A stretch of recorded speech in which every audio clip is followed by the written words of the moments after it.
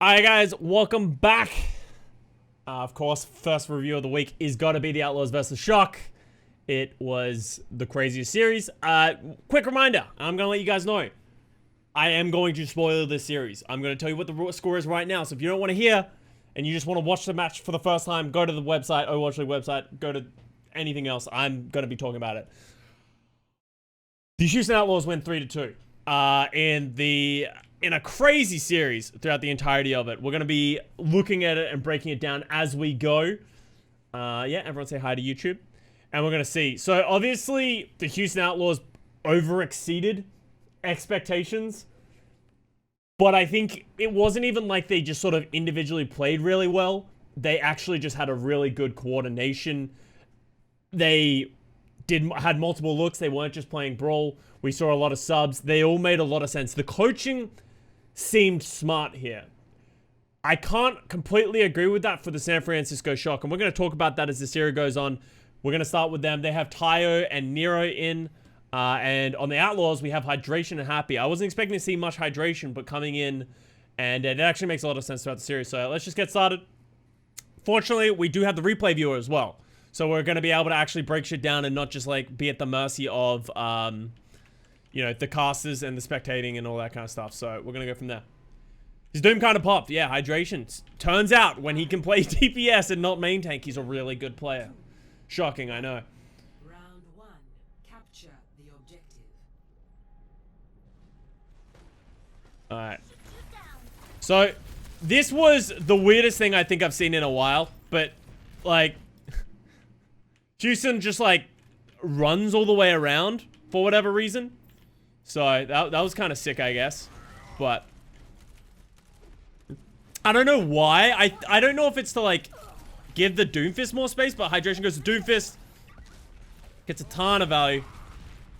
And, just fucking... I really like Doomfist McCree in this. And especially the way they do it. If they played Doomfist McCree and they just ran at each other in white, it would have been really bad, right? Because there's just too much spam coming from the Symmetra and the Junkrat. Like, Tayo has 15% ult charge. After the first fight, he has 15% ult charge because he just, like, literally didn't do anything because of the way Outlaws. So that was just great coaching, great expectations coming into this one. Just, like, kind of flipping the script on them. Can you have a look at why... Did Tayo die at the start of that fight? Oh, yeah, Tayo's...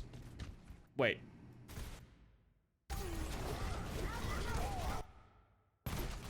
No, did he just not do anything? Alright, sorry. Alright, let's see what happens to Tayo.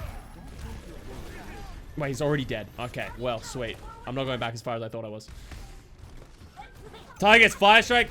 Tayo was just too close. He was actually just way too close in that situation, right? Like, if we go back, get back again.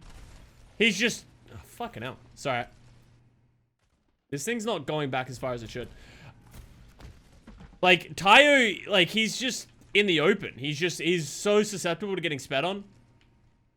And then he, like, steps up again. Takes the Fire Strike, and then he just dies for it, right? Lamp was late by Violet, but I feel like that's definitely way more on Tayo than it is, than it is on Violet, so.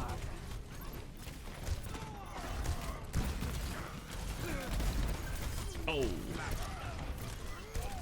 Can you adjust how far back it goes? No, you can only do 20-second increments, so you have to, like, drag it. As far as I'm aware, the reason you can only go back in 20-second increments is because of something to do with the server. Hydration did work. Yeah, we're going to watch from Hydration perspective, because he does kind of pound here. And I think doing player perspective is better than overhead at times.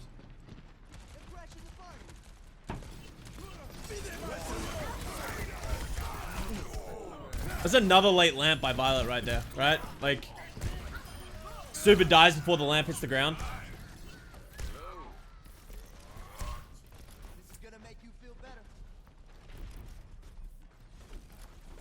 So you can change the increment unless it's being changed. You can adjust the interval and whoa, is that an actual thing? 1 second, please. If we can do that. If I can make it like 5 seconds, I would be so happy. Where do you do it?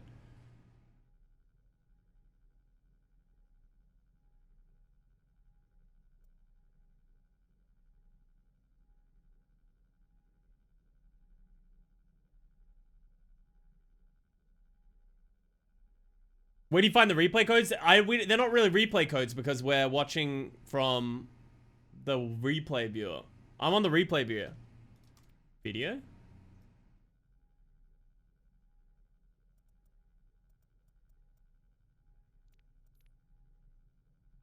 I don't know if I can, guys. Bottom right. Bottom right while in the replay viewer. B?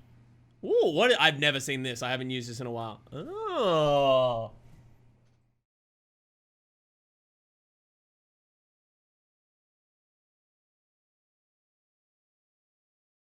Anything else you guys want on? Fine-grained playback speed controls. Is that what I want? Oh, actually, no, I want this. 5 seconds! Is there anything else we want while we're here?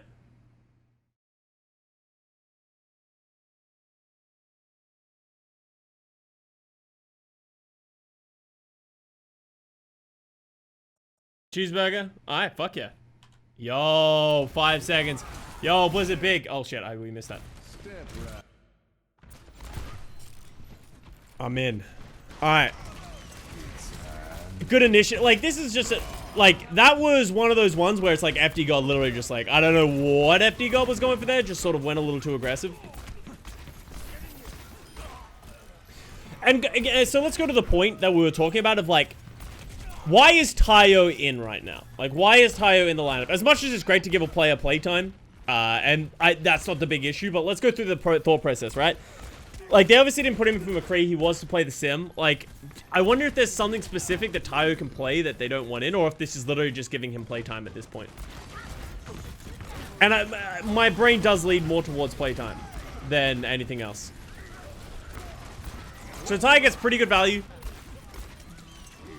Dude, Happy gets another high noon in this whole thing. Oh, this is actually really funny. Look!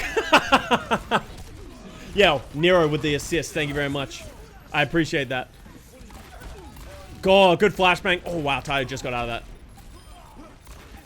that. But, like, if you just looked at the... If we could see the amount of damage that, like, Happy's put in compared to Tayo, like, it's just kind of insane.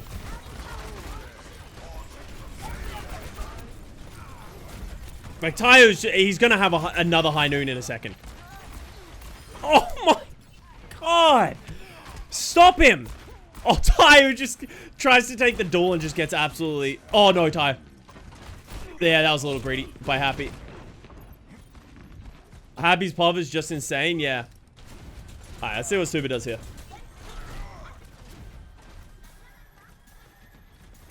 Bro, I'm so confused. When I get the replay of it, I can't see it. Yeah, I have I don't know why. I think it was from way back in the day when I was a player. I think you can get it faster as a player, and I just still have it on my account, so...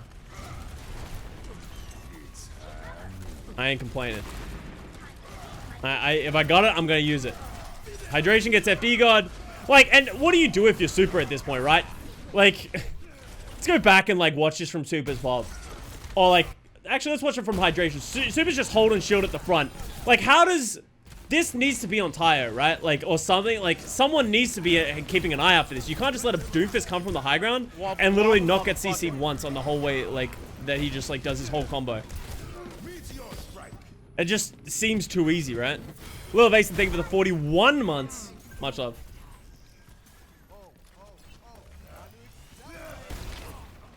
And there it is.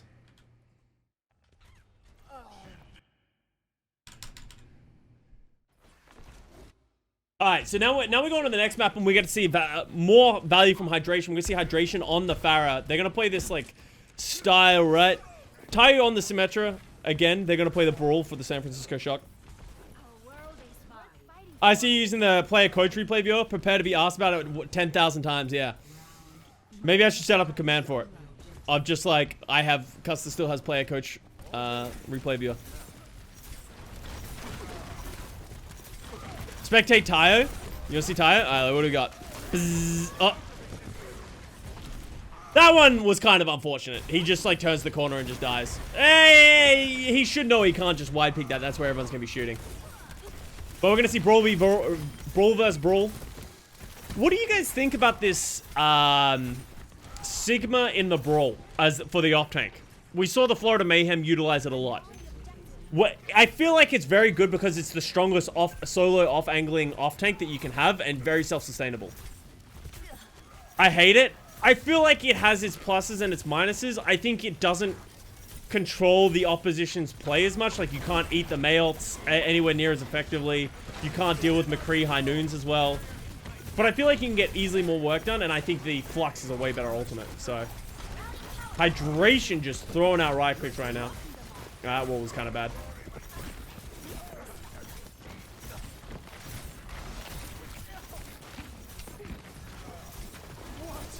There's not a whole lot of hype.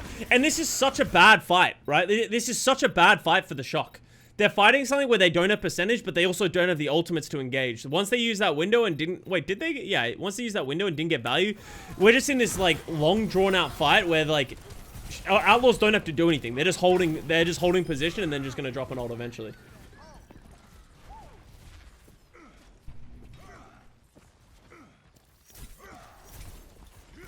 How many blizzards actually got eaten? There's a lot. There's a lot of blizzards actually eaten. Yeah, can't eat fire strikes, matrix windows, can't really deny mail, can't mark mail, McCree flanks, exactly. And that's why, I think, we saw the Mayhem utilize it really well on Havana, where they have the Sigma play the off angle, and it sort of creates this really strong crossfire because you can't quickly isolate the Sigma, right? But he also does a ton of damage. But I completely agree with McGravy. In the larger macro sense of the game, I much prefer a D.Va.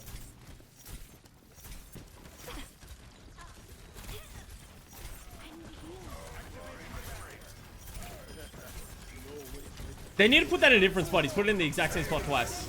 Yo, the flank shatter didn't get any value. Good wall. That was a great wall by Hydration just before he blocks, right?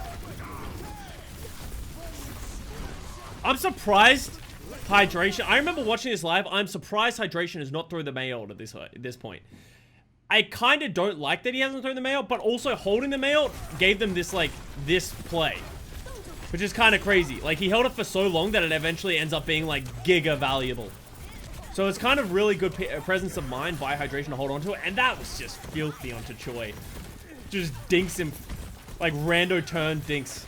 But Hydration's May was very clean. I did like it. Respecting Choi, yeah. He's fucking terrified of Choi there because Choi eats all of that shit for breakfast, right?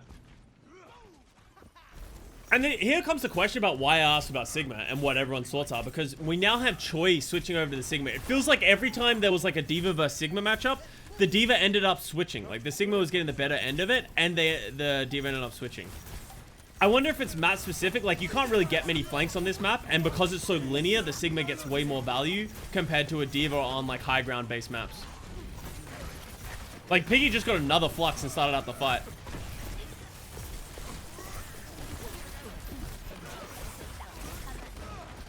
But, like, here's how we can tell how the Outlaws are just so much better synergy as a team. They lose their main tank, but look at how they're peeling for each other. They're healing, they're respecting the opposition. They're not taking... Shock would walk over most teams, like, 9 out of 10 times. But, like, they peel for hydration. Everyone is trading aggro. It's going so well. Like, they're pocketing hydration.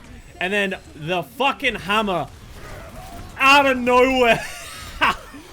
Dude, Super's face for that was just fucking dirty.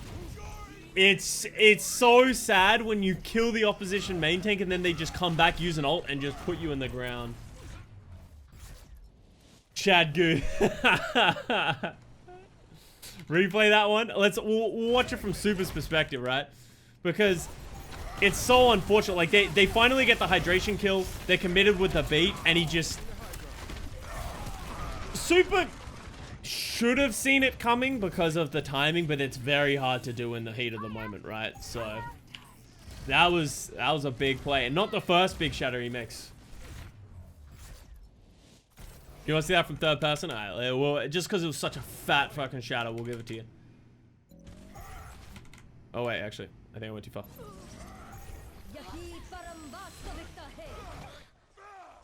Oh yeah! Boom! Wait, that Taya was already dead, so 5. Ah! There it is. Super said he reacted to it, but ping fucked him over. What ping were they playing on in this? Are they playing on 60? 50? Yeah, okay. Rough. Rough. It's pretty cool that they can get everyone consistently on 60 ping, though. That was cool. Super's probably complain about ping issues. Hey, you gotta do what you gotta do. Houston tanks exceeded expectations the whole series. They were actually so good. Like, the Houston tank line, very, very good throughout this series. And I think just the recognition of how the tanks played gave people a lot of extra hype onto the Houston Outlaws, right? Because that was one of the big question marks for this team of, can they really be good? Like, yeah, they have this new Korean tank line, but it's not going to be that good. It's like, it might just be that good. And then Happy exceeding everyone's expectations, in my opinion, as well. Like, people expected Happy to be good, but not as good as Happy was. Yeah, I was pretty happy with everything. Super's still top Ryan? Yeah, Super's still a top Ryan. Like, Super outplayed the shit out of Muse. If you go to Super versus Muse in the Gladiators matchup, Muse was just trying to force things by the end of it. Like, Muse just couldn't get anything done, and he started going for, like, crazy shit. While Django, like, adapted so well to everything that was happening. I just don't think you can mind game Super. I think you just have to play pretty straight up against Super. You're not going to win that, get away with cheap tricks against Super.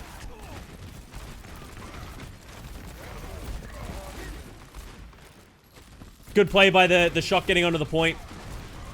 Creating the pressure. They couldn't get... Because Outlaws are playing for that pick on the cross. I don't know if I like what Violet did here, where he, like, isolates himself, but it ends up working really well. Like, that could have gone badly, but good reaction. And it just applies so much pressure, right? So, let's watch Nero May, actually. I do love me some Nero May. FD got pounded there as well at 4 or 5k if you watch the broadcast. Django can't lose Rook of the Year. Oh, I think Mag has something to say to you. I think there's a lot of... Mag... Gaga, just not even looking at DPS players, just Mag and Gaga have something to talk about. Monk, there's so many good prospects for Rookie of the Year. The more Nero wall earlier did work, yeah. Nero's May was so good. I think Django stands a chance. I think if he plays like this every series, then yeah, but I think he's still got a long way to go. It'd be interesting to see if main tanks are impactful. Like, obviously, we see a lot of impact on Winston and Ryan, but a lot of other metas. That was a great wall by Nero. Like, that gave them so much space, just the perfect positioning of that wall. Oh, Dante doing it dirty to him. Great mail by Nero. Oh, whiff. All right. That was a bad beat by Juby. There's, what are they, 3 at that point? Like 3v5? I think Juby lost track of this fight.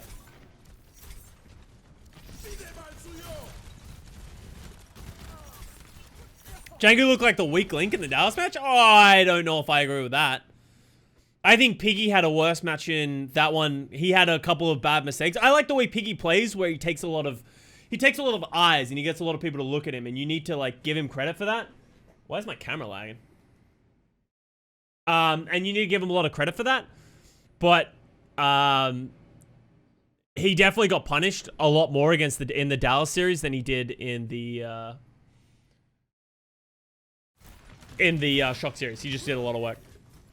Nice moves, thank you. Yeah, I don't know what's happened with my camera, but fuck it, we'll just have to deal with it.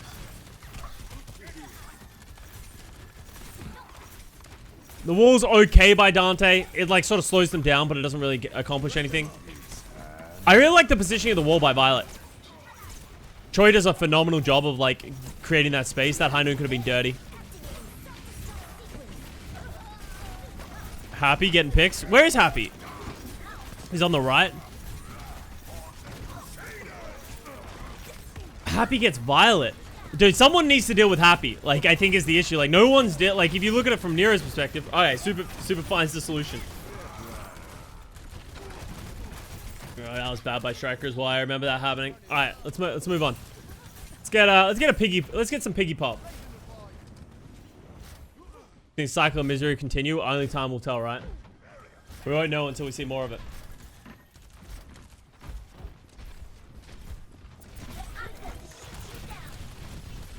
Happy has to be MVP. I think if you were saying MVP of the weekend, Happy would probably be it. Maybe Gaga. I haven't watched enough of Gaga. Wall's good again by Nero. Gets the Rhine down. Just getting... Wait, did Super fall? Yes. Just getting Super down just negates that entire push, right? Like, that beat becomes somewhat redundant because they can't fight.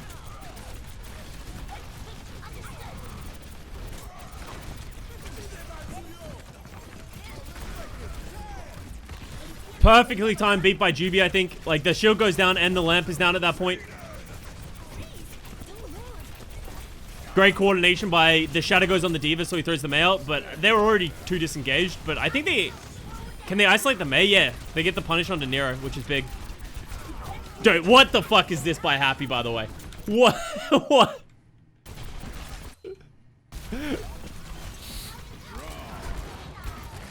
This is just... He gets it as well. He kills Violet. That's so tilting. If you're the Baptiste, he just rolls into the entire team and then just one-taps him. Good. The window isn't great by Crimson, but it just resets the fight, and that's better for them. Alright, I really hated this Widow switch when I first saw it. Because here's what happens. If you're going to switch to Widow in this spot, you have to kill people. You need to get 1 to 2 picks every fight. So now we'll watch. Why the Widow pick? I think he was expecting the fight to continue. And by coming back as Widow, he sort of has that element of surprise. I would have preferred to have seen him as soon as the fight slowed down for him to go back to the McCree.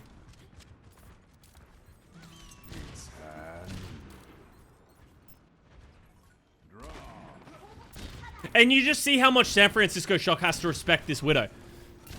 And then bing. Like, that's, like, you can't talk shit about the Widow pick if he's gonna do that. It's a good shatter by Super to sort of open that up, but it costs him the beat as well. And then Violet dies. You take those. Like, if your player switches to Widow and you get those picks, you take those. Great play by Dante. Like, he just knows if he gets this Mail down on the cart, it's just gonna isolate so many people. Like, the Mail, like, didn't freeze a single person, but it was such high value. He just know, because of how stupid this point is on the fact that the second point defensive team is just so close, all you need to do is make sure you don't get clean wiped, and that's what that was. Violet got picked so much. This whole series, Violet had a really bad series. He played well, like, in the grand scheme of it, but just the number of first deaths he had was just so, what's the word I'm looking for? Uncommon for the way Violet plays. Violet very rarely is the first person to die, but he got caught so much. Kind of like Lee J. Gunn did last year. Yeah, but the funny thing is I don't even think Violet was playing too aggressive. I honestly just think he was getting caught a bunch of times. Like, I don't think his positioning was awful. Nice play. Break the window, break the shield with the window, and then drop the shatter. Yeah, this is Dante. This fight, I think Outlaws win right here. I think they hold that shit right there if they kept track of Striker. They lost track of Striker and Dante dies for free. If Dante keeps that mail, they could have done so much with it.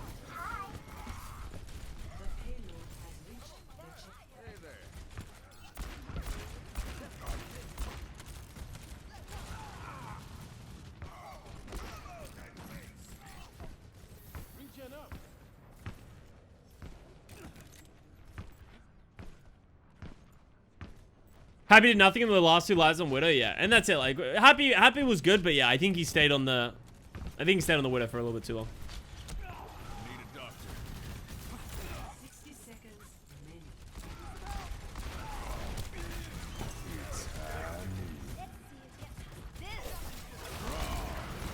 Great play by Piggy.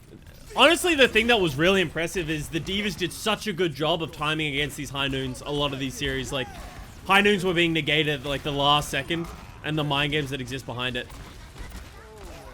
And it's just Shock playing it so well, so smart. Just using their ults in such a good way that, like, they just sort of outpace the Outlaws. And this is the Shock that we're used to seeing, right? Is that They get an advantage and they just keep pushing it with the ultimates that they have.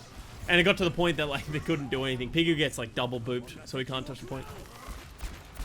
Striker is too good to sub out. I think Striker's McCree has been so good that I don't want to see Striker come out. I think he can play the Tracer, he can play the McCree. I don't think they should be taking him out. Usually, I would say I'd prefer to see Glister in this role, but we haven't seen Glister on that McCree role at all throughout any of these series, which is a big question mark for me. I don't know why it's not happening. Maybe he hasn't picked up the way McCree should be played in this composition, or what's going on with that, but Striker is fine, I think, right now. Glister doesn't play Kree? Well, that's a problem. If you're a hit scan player, you need to be able to play McCree. He played Kree and Havana attack, yeah, but I think he was in to play the Widow. Like, they wanted him to play the Widow. I think they were expecting, like, a double shield, and he would play the Widow. Diva, just tell me one thing. Hot take, Striker's Kree is good, but it's not top tier. I don't think that's a hot take. I think I would say the exact same thing. Striker's McCree is fine. Like, I don't think it's gonna carry you or win you games like Happy McCree, right? In this series, but I think it's solid, and if it gives the team the option to switch to Tracer at any moment, like, that's very valuable to have. Who said Glister doesn't play McCree? Yeah, someone said Glister doesn't play McCree. I don't believe that, if that's a thing. I think Glister's just a phenomenal hit scan. I am very curious on why he isn't playing, though. Like, why is he not playing this role? This feels like literally the role he was signed for, so...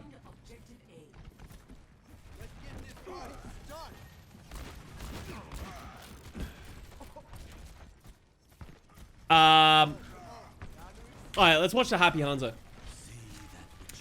Yeah, Glister plays, as far as I remember from London last year, he plays everything that he should be required to play. I think he plays all the hit scans, he plays the Tracer. He's not an incredible flex DPS from what I've seen, but as I said, he doesn't need to be. I think he plays everything he needs to within his role.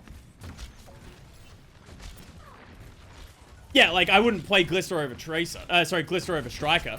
Like, on Tracer. That's so fucking filthy. I wouldn't play Glister over Striker on Tracer, but I think if he's ever required to play it in a match like a in-the-moment swap, he can. That GB pill against Choi, though? Yeah. And that's honestly the thing that was most impressive about this entire Houston Outlaws series, is that they're just a team play. It wasn't just the individual mechanics of the players, it's the team play in which they were disengaging, peeling, working together, and that's something they've never had, right? If we compare that to Muma last year, Muma just died. And first of all, I don't think Muma was playing that well. He wasn't keeping himself alive, but also no one was helping him either. So it's like, it was a double compounding factor where everyone was very much out for themselves compared to this year where everybody has each other's backs. Super shattered the box there. Yeah, that shadow was a very sad shadow to watch. Let's watch some Crimzo. Happy was uncontested the whole map. Yeah, they didn't have anyone to really deal with him. Like, no one was really focusing. The high ground that the Hanzo was able to utilize.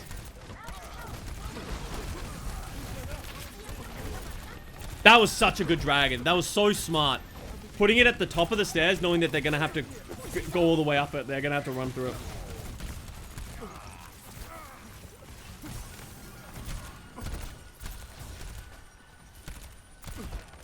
They need to get out of this fight. I don't know why they didn't disengage left. Like, I think they should have all run away. I don't know if I agree with the male, but fucking hell. Super goes down. Ah! Such a good boot by FD God. Forces the lamp. Crimzo stays low because he can't heal himself, and then that results in a kill. It's just so good. Also, Choi is just insane. Let's just watch Choi. Because I remember them watching a lot of Choi on the broadcast when this happened, so. FT God stands for fucking damn it, God. Choi, yeah, I think Choi and Nero were great this series as well. I think those were the two people that actually had really good performances, regardless of the loss. Like, this is just, what do you do about this?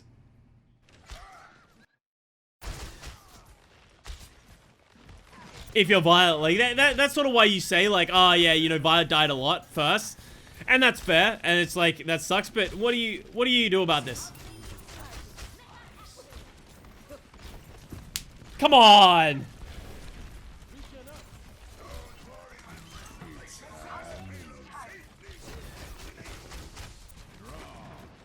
Just don't get hit, bro. Just don't get hit in the head, forehead.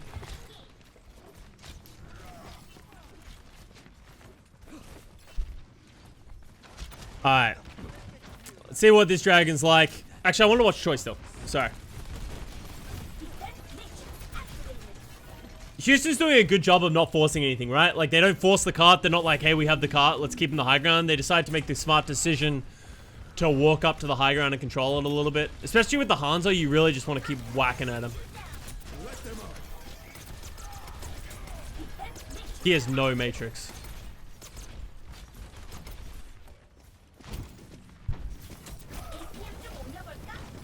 Ugh.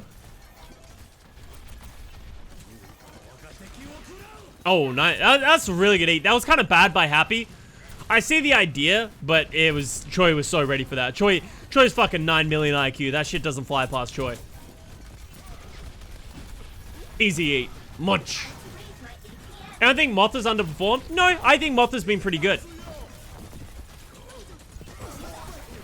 I actually think it's easy to say that Moth hasn't been performing. I actually think Moth has been perfectly fine. I think the Gladiator's DPS has underperformed, as well as Shu. I think Shu had an awful opening weekend. Shu got hyped up a lot as the flex support for the Gladiators, but I think he had a really bad opening weekend.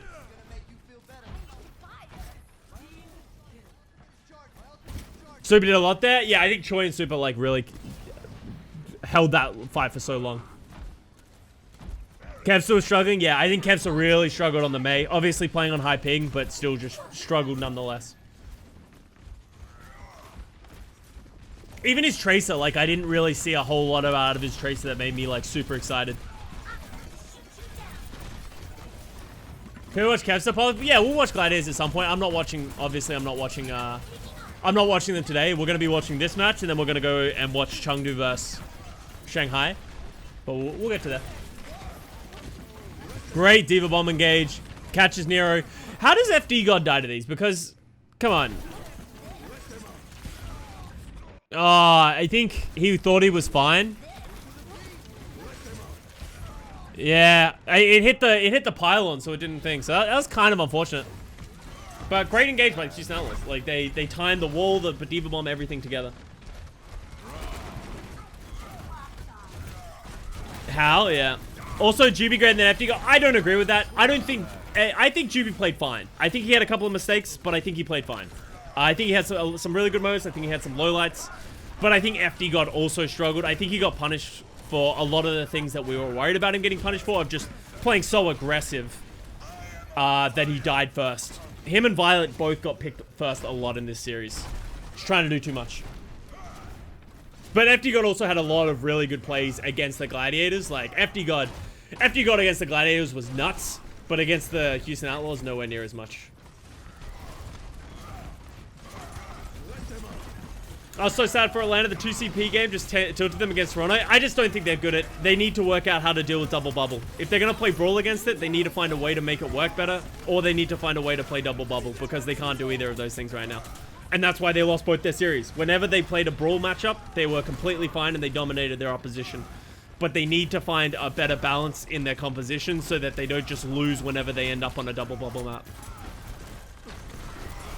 I ain't selling my Atlanta stonks just yet, but they need to do better. Great counterpin by Jangu. They make it look so easy to counterpin that shit. It's creating so much space. Oh, wow. Choi just saved FD God so bad there. Oh, watch that. Yeah, everyone saw the FD God kill by Happy earlier. Everyone saw the double dink. But FD God, like, and that's it, right? Like, he just got saved again by Choi. Like, he would have died. Custa gonna go broke in Atlanta. Legit. Dink, dink, dink. Dude, Happy just doesn't miss. I think that was a little aggressive by Houston, but they got away with it. Good shadow by Jangu. Violet dead to a Diva Bomb. Oh, man. Like, and here's what can't be understated. Like, people like Shock look weak and shit like that. This is just like such uncharacteristic mistakes by by the Shock players. Like, FD God dies to the one before, Violet dies to this. Like, they had so many things that went wrong. Like, Super had that one on Li Jiang where he gets shattered, like the whole team gets shattered behind him. Like, this is not the Shock that I would expect to show up to multiple weekends, right? Obviously, they are forced errors by the Houston. You have to give Houston credit. But the Shock also don't... This doesn't happen to them that often.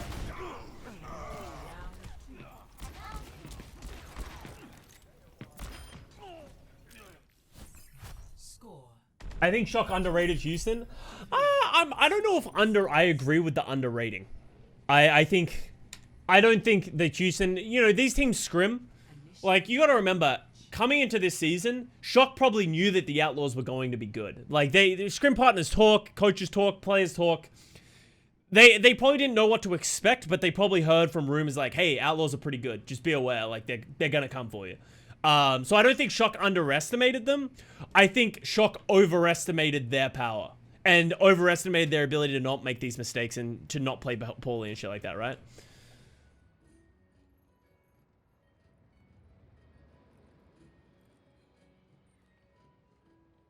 Is it Junkbuck was the brains of Shock all along? Genius, easy clap. Prepared for Glad. Super said they didn't prepare enough, and that could easily be a thing as well. Like, if I was the Shock, I would have also prepared for Glads. Like, as much as they knew that the Outlaws were going to be a tough match, like... Yeah, here's the thing is, like, I think Shock really played with fire, playing Tayo on the first map, Glister on Dorado, like, and we're going to see that, right? Like, we're going to see those weaknesses come out. What do we want to watch? Let's watch Happy. Let's get a move. Guards also lost a few and they didn't have a hit scan. Yeah, but I also think the Dallas had really great and smart adaptations to the problem. And there goes Violet again. He's just late. He's just a step late. Like, you can see it. He just didn't get the memo. Like, everyone else was way faster than him. He needs to be one of the first people going, like, behind Super. Like, he needs to be exactly where Striker was. But he comes in late and just dies. And that's such a crucial pick to lose. Yeah, Dallas overperformed in my opinion like crazy. Sparkle's Tracer was really good. They actually had a really smart adaptation with their Brawl where they played the Doom Mei in very linear situations and then just ran at them. And places where they couldn't do that, they decided to play the like Sombra Tracer double bubble. And I think Fearless just fucking put them on his back. Fearless just absolutely carried on the Winston, so... I think, and here's the thing why I don't want people to get overhyped on Dallas. I think individually, Dallas players played incredibly. And that's sort of what, it's kind of like the antithesis of what I was saying about the Outlaws, right? Outlaws didn't just individually pop off. I think they had some pop-off moments, but they played so well as a team. I don't know if I can say the same thing about Dallas. Obviously, they had some good coordination, but I think their players performed incredibly on an individual level. Like, Fearless was insane, which we expect, but so good. Doha was so good. Sparkle on the Tracer, like, took it to, like, all the counterparts that he played against and stuff like that, right? There was just so many crazy things that happened for Dallas, and I don't know how sustainable that is. Time will tell, but I'm hoping, you know, I think they were rumoring it today that they're going to get a hit scan. If they get a really good hit scan, Dallas is fucking terrifying, as we all expected them to be. How does Super get so isolated here? Does he just...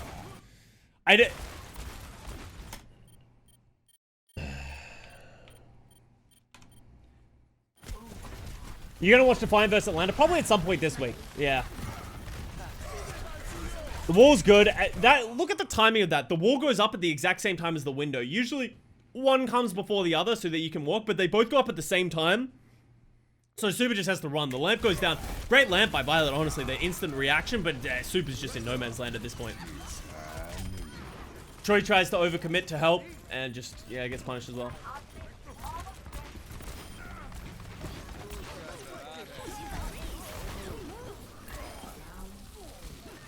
I think Dallas will pick up Pine. It's been playing on it. No, wait. Here's my take. If Dallas picks up Pine, Dallas goes down in my power rankings. That is 100% what happens. If they pick up Pine, they're going down. They're not going up. There are so many great Korean contenders DPS players that they could pick up. I can like think of like 3 or 4 that have been mentioned that I'd be like, yeah, Dallas goes up. That player's going to do really well. Slot them in. Pine is not one of them. I love Pine as much as everybody else does. Let's just keep him as a memory, okay? Not keep him as a realistic thing in the Overwatch League. Stitch, I don't know if I don't want Stitch to go on there as well. I think Stitch would never really impress me that much on Vancouver Titans because A, he never really played. And then when he was on the Washington Justice was pretty underwhelming. Like,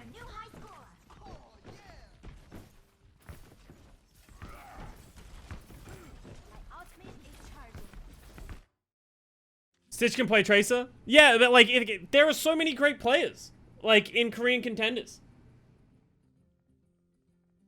Don't you remember playoffs for Stitch? Okay, see, but you can't just look at one situation and be like, that made this player really good. You can't just look at this one, unique moment and then be like, yeah, see? That's how it works. Like, you know what else was really good for the Washington Justice during the playoffs? Decay on Zaya. And then playing, like, these ridiculous things. There were so many, like, other factors that enabled Stitch to be really good. Like, I just don't think you can look at that. Like, I'm not saying Stitch would be awful, but I just don't think Stitch is the solution. Jerry to Dallas, even Jerry would be okay. Like, I don't mind having Jerry, but Jerry is, you have that fear of Jerry is overhyped, of can he, like, live up? I would prefer to see them pick up a rookie. I would love to see Dallas pick up a rookie and just fucking coach them. Develop and merit are top candidates. Yeah, like there's like as you said, there's so many different ones. Sigma from Odyssey, I think, is another interesting prospect as well. Already plays on NA servers. He can play to NA in the short term. Perfect retired. Okay, but like, there are interesting prospects of who could come into that team. I don't want to see it be an old school player. Like, I don't want a Toby or a Hopper situation where they're introducing a player who will be fine for the short term. Someone like Jerry, right? He would be fine, but I'd want someone better in the long term if they do want to make this championship run. I want to see them, like, I want to see a really good rookie player that could be coached to be one of the best players in the league.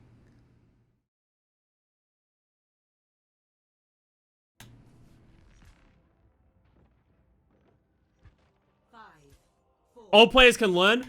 Old players have a much lower percentage chance of learning and improving, especially if they have a long-standing career, right? Compared to a younger rookie coming into a veteran team who is willing to be coached and has a ton of, like, drive and passion for the game. Like, and I don't, that's not even just like a thought of mine. That is how the entire Overwatch League has evolved over the last 3 seasons.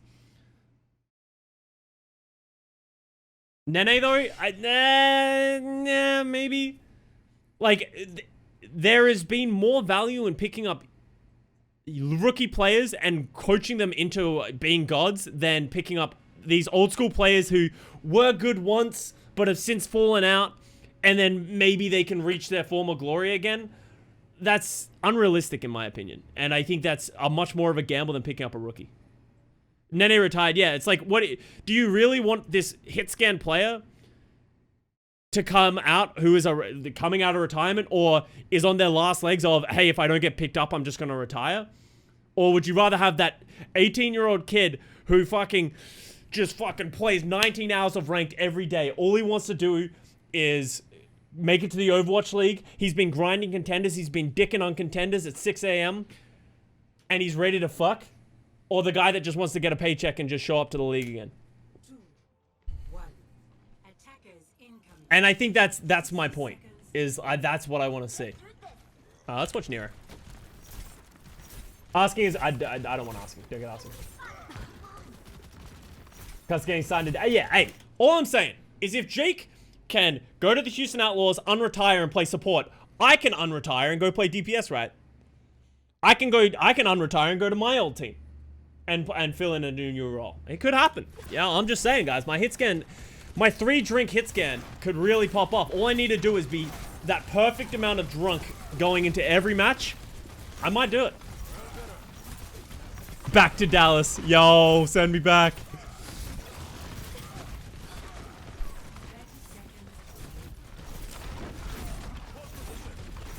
Jake's actually good at the game though. Hey! Oh, that's so sad. Such a good shot by Nero, but that was like, that was the moment of heartbreak when he hit that shot on the Crimzo. So clean though. Mercy mechanics really translate well to Widowmaker. They do, yeah. It might seem unconventional, but yeah, it's just being honest. Custa reinforcing the over the hill washed up players. Back to Dallas now. There it is. Nail in the coffin, and there's a draw. Nero's just a turret. Nero's just sitting there like. But that's honestly how you play Mei, right? You just like hold an angle and just shoot in their general direction. Zebasai.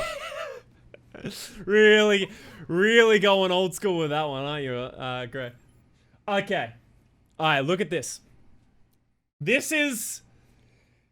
Here is one of my biggest problems that I had with the Outlaws. Sorry, with the Shock. Why is Glista here? Attackers incoming in 30 seconds. Balutaja. Dude, you guys are just going back. Oh, you know what we need? Roadhog meta. Let's get Snizzle Nose out of retirement. Where's my boy Snizzle Nose at? 5, 4, 3, 2. AZK. Attackers incoming. Stop the payload. Alright. So Glista comes in and plays the Widow. It makes me think that they didn't want... I'm curious to know how much Glista was supposed to play a hit scan in this role. So obviously we have Violet switch over to the hit scan. Twilight to play Ana, no one is going to complain about. Twilight is still fucking so sick at flex support, and we saw that a little bit. Violet on the McCree, I still have questions of why. And I do want to get your thoughts on this, because obviously we saw him come in against the Gladiators and just fucking take a huge poo on their desks. But overall, long term, what do you think? Hit scan style switch up, but how much do you want to have a hit scan style switch up? Because obviously that's what they're doing.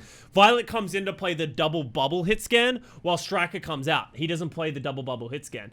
But just play Striker at this point. Like, I would rather see them play, like, Striker Glista, and then have Striker play the Tracer, Glista play the hit scan, and then we're chilling, right? Does it need to be Violet? Like, it seems like such a weird pick. I think we obviously hyped it up so much because it worked so well against the Gladiators, but let's see it not work out, right here. I think it's hubris, and I think I agree. I think it could just be overconfidence in their ability to play. Like, obviously it's worked in scrims, and Violet is actually really good. But I think he gets really punished here by Happy. Like, I think Happy keeps him so, like, in check so much. And then, all right, let's actually... Here, as much as we all want to watch Violet, I think this is a better story. Like, let's watch this.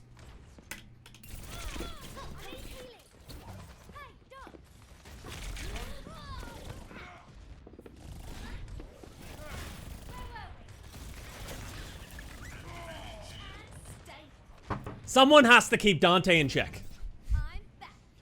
You can't put somebody, you can't just put a tracer. Like, you know how we always talk about serviceable tracers?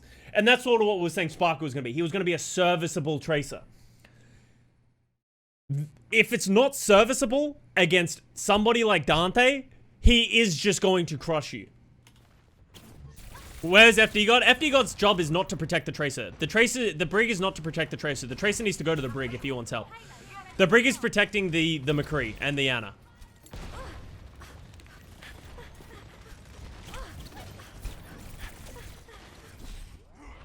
Like, Dante just has the orb and is just chasing down Glista. Glista just wants to do something in this game. He doesn't know what Dante is. This team has Striker on the bench. You need to remember that as this entire thing goes through. Yeah, okay. Gets the cleanup.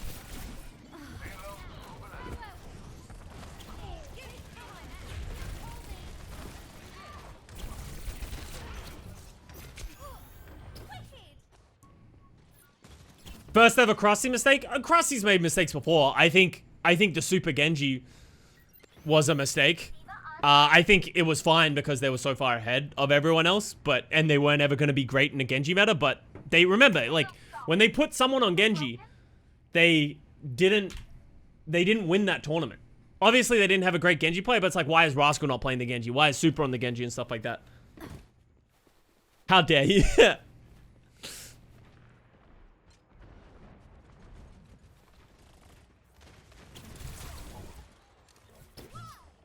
Jake just all over him.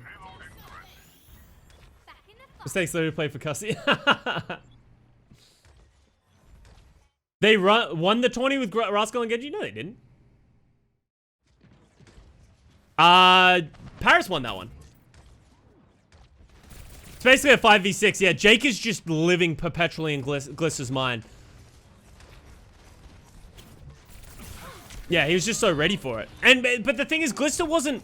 Here's the thing that makes Traces great, is they're not as predictable as this. Like, they're applying pressure. Glister... We are... Is this true? Are we 2.5 minutes into this thing and Glister hasn't got a pulse bomb? Or did he throw it earlier?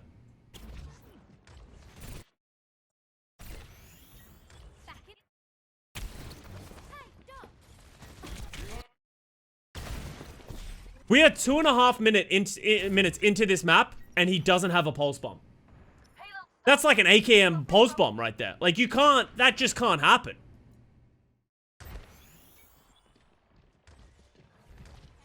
And as I said, I don't want this to feel like I'm bashing on Glister.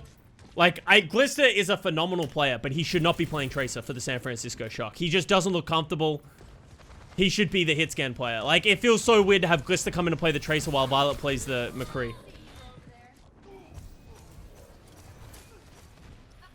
Well, I'm just gonna watch Glister Prob the whole time, just to sort of put this in perspective. Glister Pulse Bomb is new measure of time, yeah. Like, I think Glister's a phenomenal player. Sorry, let me get rid of that. Get him! Here we go. Alright. Doesn't deserve this, yeah. Yo. Pulse Bomb acquired.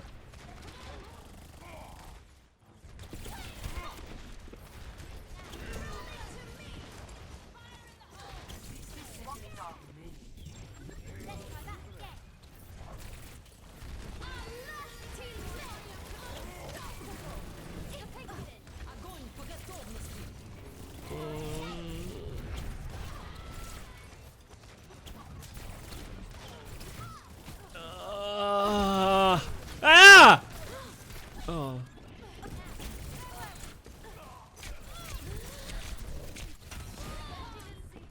30 seconds remaining. He's just nervous. Yeah, and I think that's reasonably so, but... He's just playing so scared, yeah. But this is like... The reason I'm doing this is not to shit on Glister, obviously. It's just to highlight how big of an issue this is, and that we shouldn't see this again. Like, this is literally a free map to Houston. Like, anyone who watched this is just like...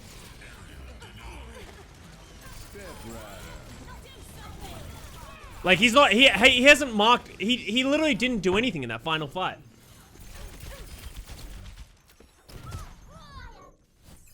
Score 0-0. Switching sides. Violet, yeah, and as I said, Violet wasn't anything special either. Like, it wasn't like the rest of the Shock team is fine. But Violet had a rough game. Alright. And now we're gonna watch it from a different perspective, right? Yo, Team Doze. Thank you very much for the fresh Prime sub. Alright, why is it going one at a time?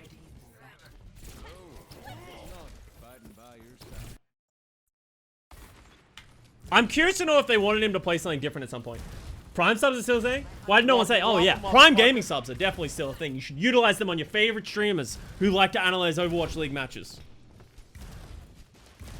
Yo, Jigsaw, thank you for the Prime gaming sub as well. I appreciate it.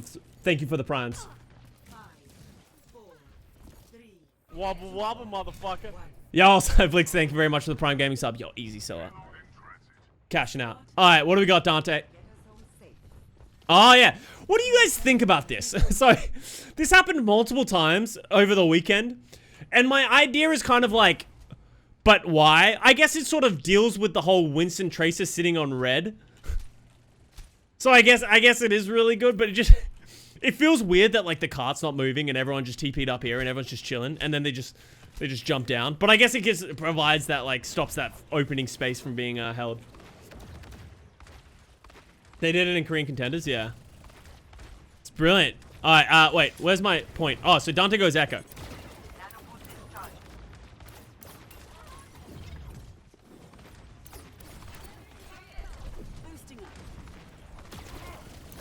Do you think? No, it would not be Striker didn't want to play. I very much doubt.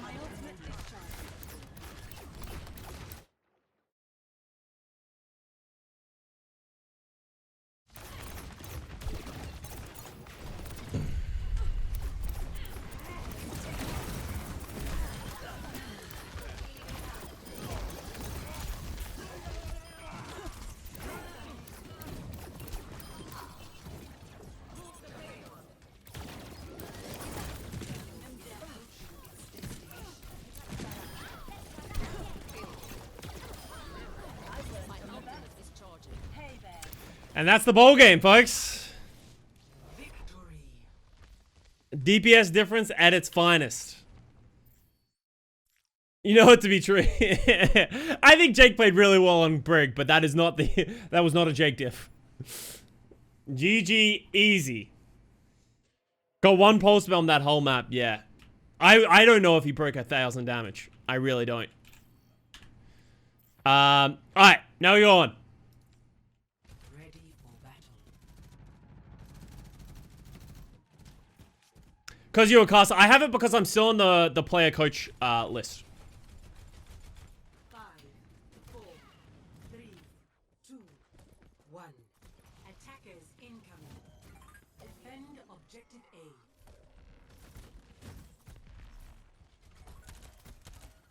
I'm not going to talk about it, TJ, because then hopefully, nothing ever changes, and we're just chilling. Does Sidra have it because he was a player? All right, let's see it now. So we're back to the tried and true shock team that we come to expect. So let's watch it here. But we have to watch Happy Hanzo. We just have to. And I do want to note this. This is what I saw from Happy this whole time. He's waiting for FD God. He's waiting for him to do something. Oh, Violet almost died. Oh! Happy just catching Violet in the act. Oh! Oh! Keep going. Yeah, I'm almost there. Oh! Oh! Yes! They almost lose this fight as well. Oh! There it is. Happy just built different.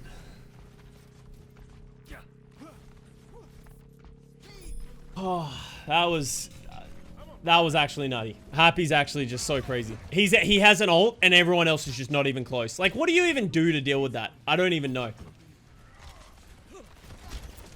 I don't even know.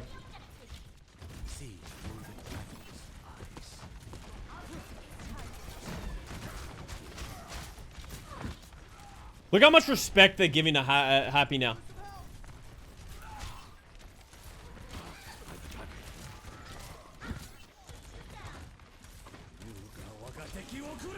Nice. I do like this dragon. Like, look at it. Isolates super so much.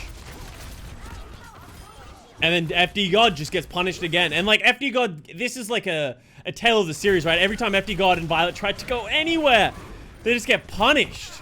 It doesn't even feel like Choi's doing a bad job of marking him. It's just they're dying before, like, literally, as soon as Happy peaks, somebody dies. It's not even like Choi's like, oh, he's free shooting. You need to do something about it.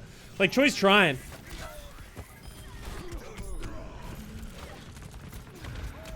And I wonder if that was like a strategy that they had, like FD God's gonna overcommit at some point. Just punish. Like FD God would usually get away with that for so long, but he just didn't in these series. Okay, Django, that was a little bit disrespectful towards Super. I thought this was the series right here. I thought it was over at this point. But not enough credit can be given to the mental of San Francisco Shock to deal with this kind of shit. Like, they come back from this in like such a crazy way. McGravy status? Oh, the copy paste, yeah. Initiating match. Had the best maintained rookie debut, weak bar none. Not Gaga. Yeah, Gaga also had a pretty we'll watch Gaga. Hey, let's hold off on our crazy predictions, because as much as I agree Django had a crazy week, Gaga in the APAC region just fucking did it as well. I feel like a lot of people are like, as much as we're like, oh my god, Outlaws beat the Shock, Chengdu 3-0'd the Shanghai Dragons and made them look silly. So it's like, we need to remember that as well. Gaga didn't diff Fearless, Super, and Smurf. Like, as I said, there is agreement that, yes, you can make that point. But Defend objective A. Gaga was pretty nutty. I need healing. Alright, who do we want to watch, actually? I actually want to watch Nero. Let's go to the Nero May. Actually, no, let's watch Django Bunky. People don't take Shanghai losing as crazy as Shock, though, because Shanghai played badly. Shock didn't really play that badly, other than some of these maps against Houston. Shock were really good against Gladiators. Like, they didn't have a slow start this weekend. They were actually pretty good. They just had a bad series against... I think that might have been a little too deep with Django, but I think he needed to do that, right? Like, that he kind of needed to int into the team to give his DPS space. Like, I don't think this fight is anywhere near as close. Even if Django doesn't do that, I think his DPS just die and then he dies anyway. Oh, wow. Nice shot. Surprise, super.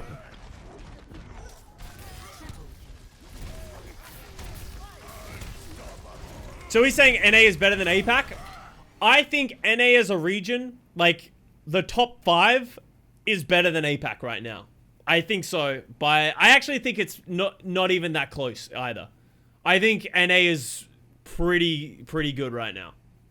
They're like, the Shock, like, the Outlaws played really well. We also have Washington Justice we haven't seen yet. Dallas looked really clean. Mayhem on double bubble was kind of sick. APAC only has 16. Yeah, but usually, like, it's the idea that even though the APAC had less teams, like, their highs were just so much better. Like, you know, Shanghai, Seoul, like, NYXL, they were all really good. Better than, like, most of the teams. Like, you know, the only teams that were potentially better than those teams were, like, Shock and, you know, somebody. Like Philly. But I think this season there are a ton of teams that are better than the APAC teams. Who's top 5 for NA? I want to give it another week until we've seen all the teams. I think it's too early to say right now.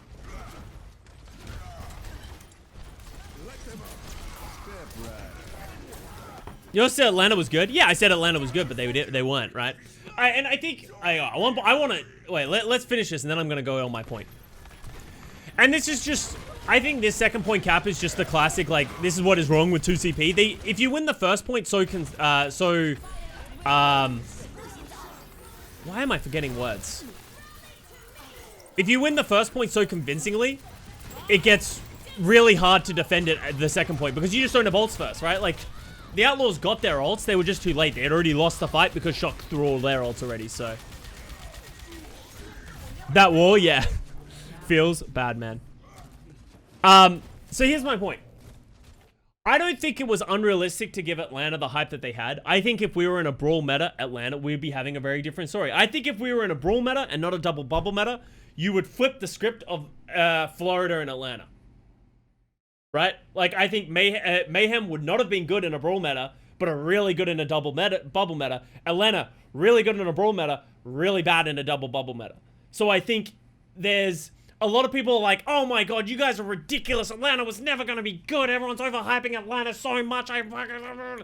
Literally just meta dependent. It was literally just because of the meta. We could have easily been saying the same thing about the Florida Mayhem if we were in Brawl. Did you guys watch Florida Mayhem play Brawl against Atlanta Reign? Wasn't close. Like, wasn't close even by such a long margin. And that's why, like, it's just been a week. Like, everyone's saying that we're overhyping Atlanta. We haven't seen enough from Atlanta. Like, I am worried that if we do stay in a double bubble meta, Atlanta might be really bad this season. Or at least in this meta. But I don't think we need to overhype and overreact to the idea that, like, hey, Just calm down. Let's slow our roll a little bit. It's the same thing with Dallas. Let's not overhype Dallas. You know, we're in a double bubble meta. Fearless literally just fucking put on his big boy pants and just daddy dicked on everybody. And like, it's just, so let's just slow our roll a little bit and keep watching. Atlanta Ross is just underpowered. Yeah, I also think Pelican underperformed in the eyes of what I was hoping. Pelican wasn't very impressive for Atlanta. I don't think his May was that good. I think when he played Tracer, it wasn't up there. I think Kai didn't hit the shots that he usually hits. Like, as I said, I'm not saying Atlanta's definitely gone down in my power rankings, but I don't think we need to, like, fucking throw him in the trash here, right? You know Dallas has to be overhyped. It's part of the fuel cycle. Exactly. See how bad Gator and Hawk was? See, I don't think Gator and Hawk were awful in the grand scheme of things. I think they definitely had some bad plays, but I don't think they were awful. Especially when they were able to play the brawl. I just don't think they don't have an answer to double bubble. they just get jumped on by a Winston and an Echo shoots them in the head and a Tracer just lives permanently in their backline and they're like, oh shit, what do we do? And they just didn't do anything and just died overtime. You think Houston have looked bad at double ball? I think Houston's definitely stronger on the brawl, but I think they actually look pretty good. We actually got some looks of like the Wrecking Ball and the Winston from Outlaws and it looked not bad. Hawk got staggered every fight. Yeah, but that's not always on him. That's just if your team's getting beat bad, you're gonna get staggered as a diva. That's the way it is. But that's my rant and that's my piece on it. Let's get on back onto this match. Like, how many times did he get slept on Anubis, actually, by Lastro? That was just sad to watch. It hurt me so badly. And you see the change of tempo by the Shock here, which I really like. And this just shows how smart they are. Shock recognized, hey, if Happy's going to play Hanzo, we need to go faster. Because the longer the fight goes, the more kills Happy's going to get. He's just going to kill people. So if we just up the tempo, play around the strength of the flashbang and the high noons, like, we will get more value. And that's what they do here. They just up the tempo, walk it up. And there you go. I do want to say, I don't know if anybody else noticed this. GB got caught getting swung on by Ryans a lot. And he needs to be careful. It happens more over the next few maps. But just keep an eye on it, right? That's the first one. Obviously, they'd already lost that fight. But keep an eye on it. Yeah, I caught this multiple times where GB just gets too close to Super and just gets swung at and dies. Space is not an hour level off tank.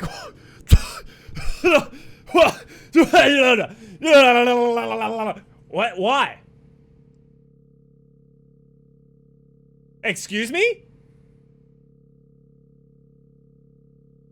Excuse me? Hey, I'm the first to like I'm the first to be like, hey, Space. He didn't play that well in this one, but he got replaced by Mirror for some reason on the off tank role. I think Indy was still pretty good. I think he was doing Indy shit. But not our level? Hey, come on. Come on. He's proven time and time again he deserves to be here. I think we'll see. I don't think you can have the Gladiators have a bad weekend and then say Space isn't our level. Let's slow our roll a little bit on that one, okay?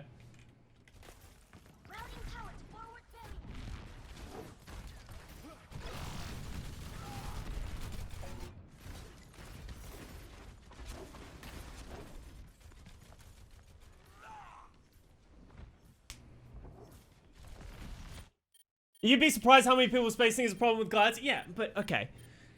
You say you'd be surprised with how many people, but that's just the Reddit circle jerk that lives on permanently in the thing. One person says, hey, I think Space isn't as good and he's the problem with glides. Gets a couple of upvotes. Oh shit. Maybe I should start thinking that glides isn't the best off-tank glides. Oh yeah, maybe he's the problem. Yeah, we should agree. Everyone starts agreeing. Everyone starts agreeing. Everyone starts agreeing. It gets more upvotes. It gets more upvotes. Everyone starts talking. And now everybody thinks there's Space. And there's not even... most of the people that make these claims don't have enough information or sample size to back it up. It's the same thing to say, like, Space has been really bad this season. What do you mean? Yeah, they went 0-2, but they played against the San Francisco Shock and the Dallas Fuel. And I don't think Space was the major issue in either of those matches. Like, Space wasn't a standout, but it also, you need to look in other directions to really see the issues and identify the issues. It wasn't just one person, it was teamwork, coordination. They were all over the place. Kevster's May was really struggling to get anything done in the brawl. I think Muse got out main tanked by both times he played. He got out main tanked on the brawl by Super, got out main tanked by Fearless on the main tank. Shu died. Shu was out of position every single fight. Died first so many times. There's a million different issues. Did you see the Shu tweets? I didn't. But he had a terrible game. And like, I'm not disrespecting Shu or Kevster or Muse. They're all great players, but they had bad games. But that doesn't mean you can say that these players aren't our level and then also go on to the next part and then start putting it on other players who are also like, it just doesn't make sense. And people got to be really careful about running with these storylines that they read online and then ending up with these copy passes. Shoulder check. What is this? Space now is not our level. As fanboy triggering as that sounds. People loved them for their underdog streak and their vibrant brand personality.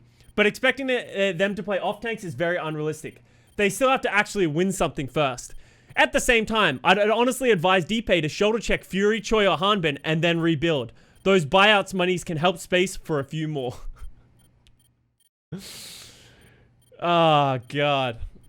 It's just gotta be careful. You just gotta be careful when you're seeing these takes and stuff like that. Generally, the people who are saying this shit are incredibly biased in one way or the other. That Crimzo's way too far forward for that window. Like, that shit was coming. And just great play by the Shock, as said. Space won stage 4 on Custa. People don't remember. Well, Space was really good in season 1. Really, really good. Really, really good in season 2 as well. Like, as much as we had an awful season on the Valiant, Space was really fucking good for the Valiant, if you remember watching that. And last season, Space was also really, really good. Space was so good on the Gladiators last season. Even though they didn't perform that well, I think Space was very good. How does Violet die here? Let me see. Sorry, you guys have got me all triggered up here. Just let me calm down.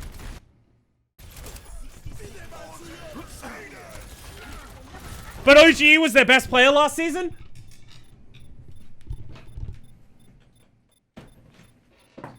I'm getting trolled. No, absolutely not. I will not listen to this anymore. I'm being baited. No more. I'm not going to talk about it. These are some spicy takes. Where were these in the pre-show when we had hot takes? Holy cow. Alright. Sorry, let me go. How does Violet die?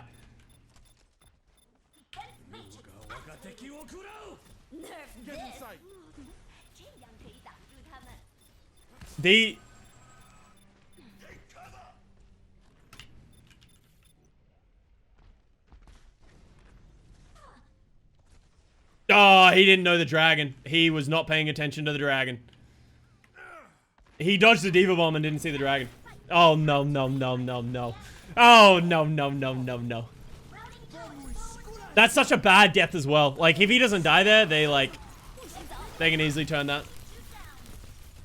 I think they definitely win that fight. Do they close it out? They don't, right? Yeah. Also, I think this is a big mistake by the San Francisco Shock. As soon as they lose Violet, I don't think they all... Like, I think they need to recognize that they're probably not going to win. They could easily come back after this and turn the fight, but, like... It's just, like, especially Violet and Striker down. Like, those are two probably the most important people in this situation. I don't think you mirror this beat. I think you let that beat go down. He even dropped Super on that beat as well. That's actually a really bad beat by FD God. And then Nero also may-ults to, like, commit to it. They have one more fight. It's not like it's last fight territory.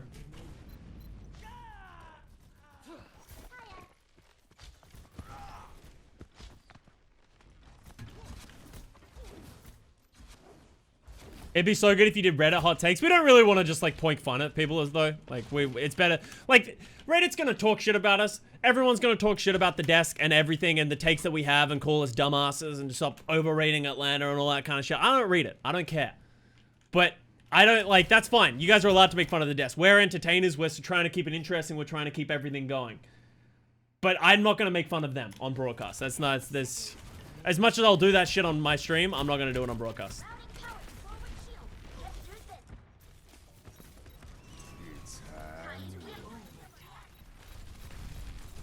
They just don't have any ults for this fight, right? Like, you just see that the only ult they have to use is just high noon. They get the space and then just fucking... Outlaws are just like, yeah, what's up? We got ults. Honestly, they almost turned this, right? Like, Super does a really good job of getting space and, like, providing pressure. They just didn't have enough ults. This window by fucking the backline with Happy and Crimzo as well. Happy just... I think we just gotta watch Happy for here. Can we watch Crimzo Pub? I can watch some Crimzo Pub. I do want to catch Happy on this one though. Flop. Flop. Flop. Flop.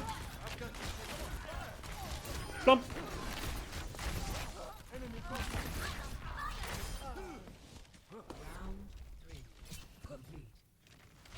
Wobble wobble, motherfucker. Happy's pretty good at the game. I think Happy's pretty good at the game, guys. 3-2. Switch. Yo, Don, thank you for the 3 months. You, Donna, thank you very much for the 2 months. Yeah, thank you very much for all the subs, guys. I appreciate it. Can we see how Choi ate the mail? Yeah, sure. Let me go back for you. Sus, gotta be 0.25. Round 3. Happy deadlift? Dude, Happy deadlifted multiple times. Wait, where was the mail to eat? Way earlier? Because that's like what got them into this fight, right?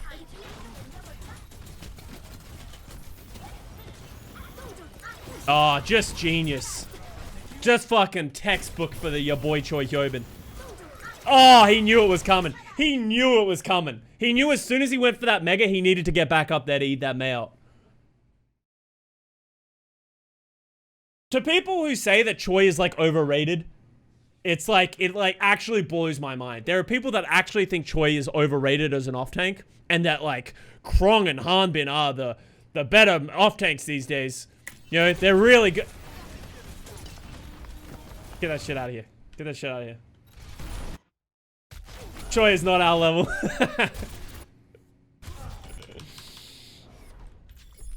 Don't you talk shit about Krong. Hey, Krong's a great player. As I said, like, they can, it might seem crazy, but all these players can be equally great players. You don't have to kick somebody down to make someone else look good.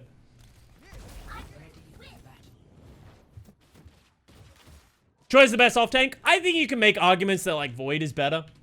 And I can see what you're saying. I think on Diva, I think Choi might be my favorite Diva out of all of them.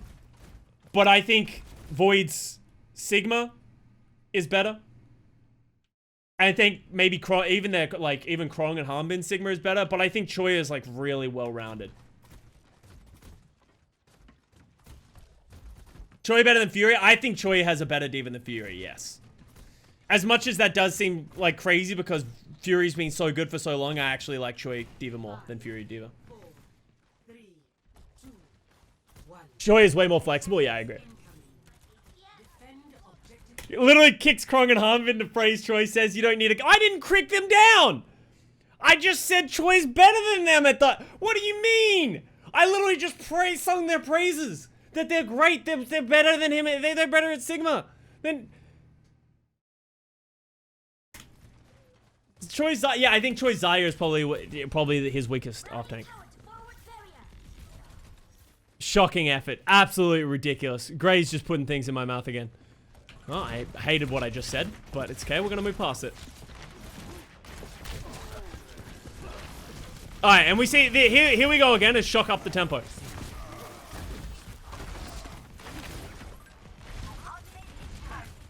You fucking wish. Like, here's another one by FD God right here. Like, the tempo's good. Increasing it. But what's going on here, FD God? What are we doing? And this is like the idea that a lot of us were saying, like, he needs to be able to dial it back. That was actually really good play by Juby pushing him in. Like, FD God sort of put him in a position where he could be counterplayed like that.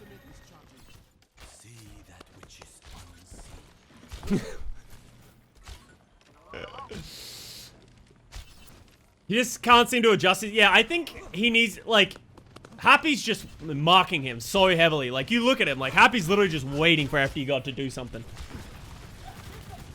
Watch Juby more? Alright, let's get a Juby pop for you. So I've been watching a lot of Happy on this map just because Happy just fucks.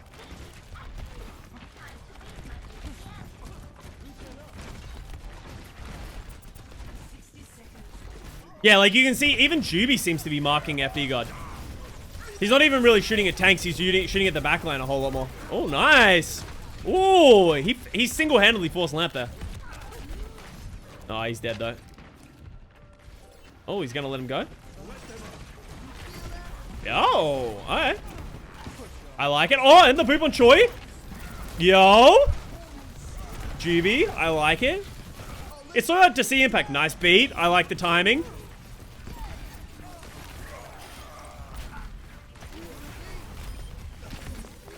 That was pretty good. That was really well played, like across the board on so many things. Like, not like he lived to tell the tale against FD God, comes back, amps it up, gets a really good boop onto Choi, and then gets a great timing beat.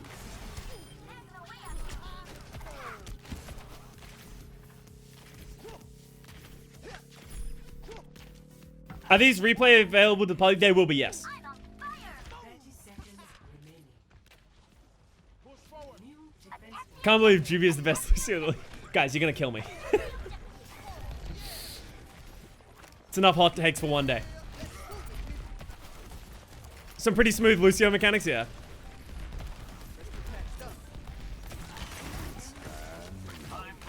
Nice wall. Oh, that's a great mail. That mail by Nero, just like everything that Houston did, just like all the space that they just took is gone now. Great play by Nero. I don't really like what Juby did in this fight. Like, he got himself isolated on the right side. I would have liked to have seen him make it back on the... He's not healing anyone, speeding anyone, but he's also not really getting a whole lot of, like, high-impact boops or value and stuff like that. So. Custa, you were right about Philly. I told you guys. I told you Philly wasn't going to be bad this season. But apparently people thought it was going to be the end of the world. He had to touch from the mail. Did he get... Oh, he did get the touch, right? Yeah. Jake gonna win Rookie of the Year, I know. Is really helpful. Yeah, and I think, as I said, I think with Hopper and Toby, they don't need to be the best team in the APAC region. They just need to win the games that they need to win. Wait until they get Funny Astro back in the lineup, bring out Poco, and then they all have, like, great options, right?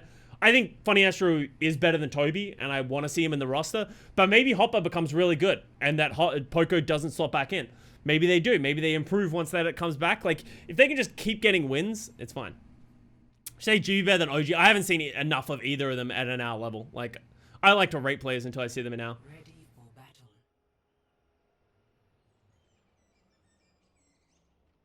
Is Rask on a 30-day contract? No, I think Rask's fully signed to Philly.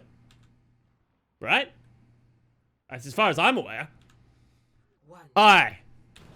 Oh yeah, let's play Striker, baby. Let's get Striker back in the mix. Let's watch some Crimzo. He's 30 days.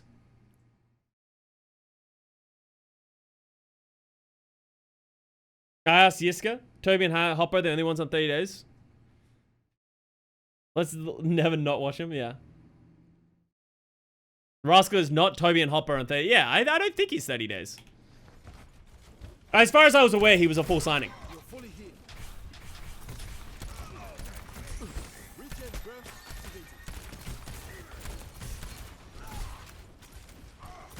Actually, let's watch Dante Sombra. I really disliked this Sombra pick from Dante when it happened. So let's see how he makes me feel about it when I get to watch his perspective. Because I just think they lose the neutral so badly. Like, it's so hard for Django to play the game. Like, I like it when they play, like, maybe they were expecting a double bubble, but no, you wouldn't expect that with Super in the lineup. But, yeah. Yeah, my face cam isn't synced. Yeah, I know. Something's up with my camera. I might have to restart it at some point. But I'm just gonna get through this first. And this is sort of what I'm saying, right? Like, they just run at the tank line of the Outlaws and they can't do anything, right? The Sombra feels so out of place.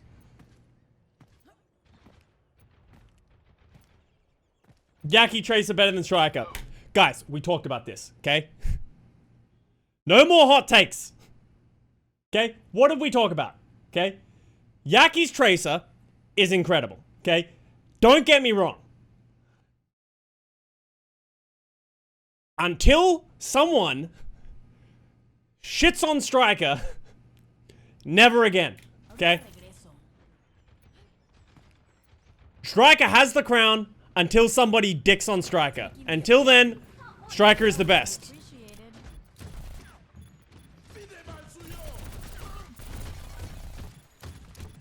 Like, yeah, like, what is Super doing? Like, all they need to do is keep him in check. Like, I just really don't like this Sombra pick. It feels like if they don't give him the space to get this tempo, then it's just, they're losing so much percentage. Obviously, once he gets EMP, it'll be good, but...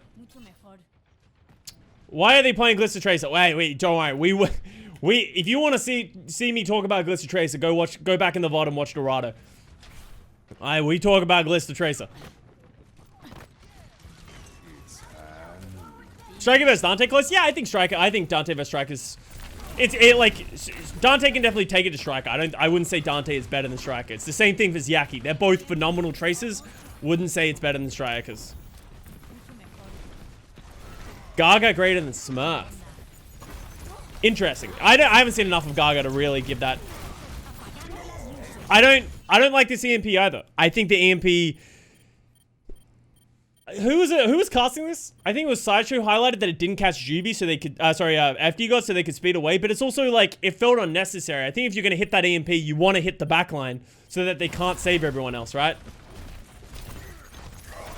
It's a great second manual hack though. Like, that's great coordination. I don't know if that was organized or coordinated, that just shit just happened, but that was a great individual hack into a shadow.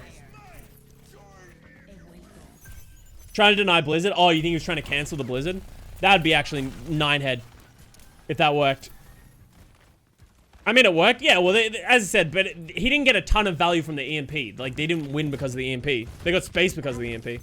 And if it's going to take you 80% to charge it up and win the fight for the EMP, that was not worth it. Translocating. I might need this later.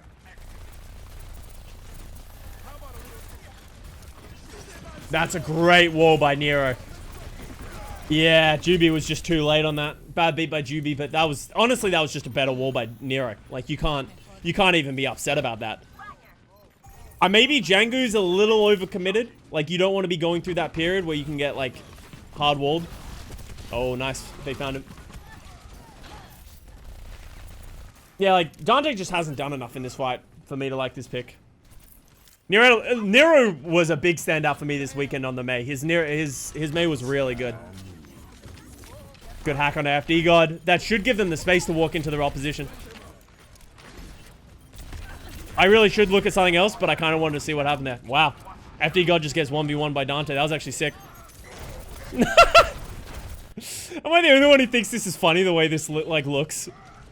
He's like pinning, but then he gets hacked, so he just starts like walking. Oh, never mind. Slow down a little bit. That's enough of that.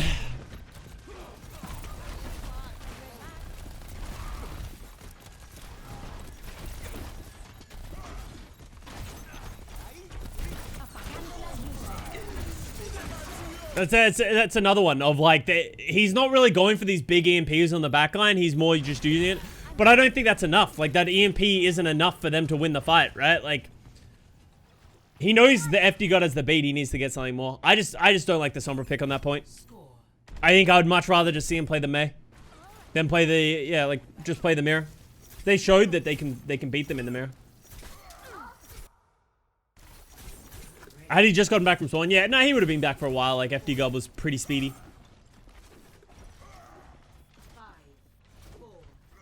I'm ready for the flash shadow. This thing was the dumbest thing ever. But I love it.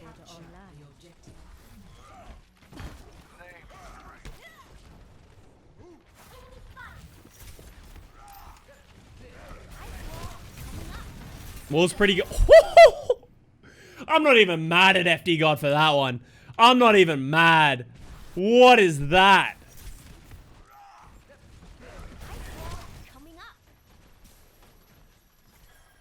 Oh. Alright, well. But this is, you know, I do need to keep I do need to keep reiterating, like, that is a big problem. And that the early deaths of FD God added up throughout this series in, like, teamfight losses. And that's shit that we just didn't see from Moth. Moth very rarely gets picked first. FD God does have some crazy plays, some crazy picks and all that kind of stuff. They did not come off this match. And he needs to be able to pull it back when it's not working. Violet, so yeah, but I think Violet's deaths were way more random. Like, he's just getting randomly headshot from distance. It's caught jumping. Happy was just hitting crazy shots. Same with Dante. Like, Violet's are less gameplay and just, like, more unfortunate, while I think FD Gods were avoidable.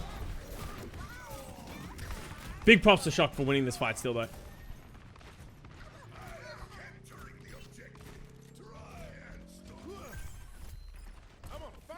Let's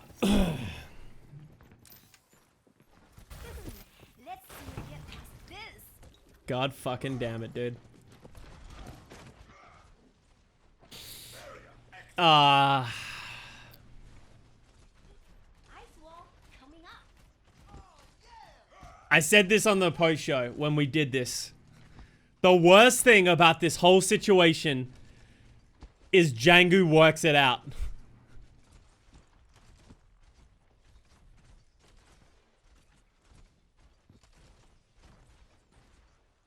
Hello. I think Django's confused on what's happening here, right? He doesn't understand why this is so slow. Django Pov? Oh, yeah, actually, I haven't seen Django Pov. I've seen every other Pov.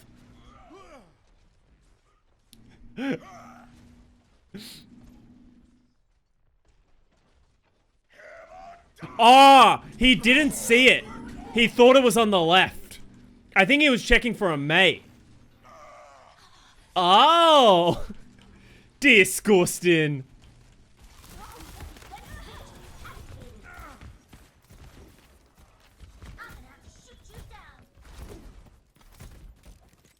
FD Gods, this series can actually kind of support how Justice chose their supports. Only so many people trying to frag at once. Yeah, I can see that. And if Baby Closer can just play good old trusty and reliable, then I'm all for it, right?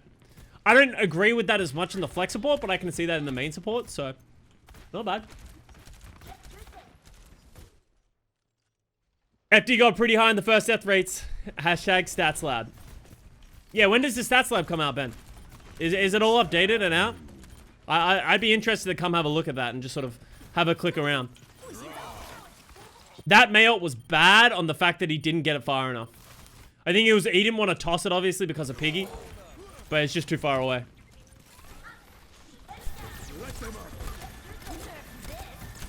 I do like this window.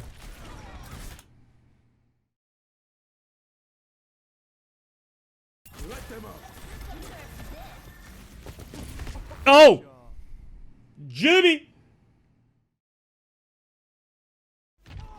There it is. Love to see it from the Jubes. Boob diff. Juby with the hell of it. Juby's... I actually was not that impressed with Juby until I rewatched this match. Juby's actually had a lot of plays like that and had a lot of impact.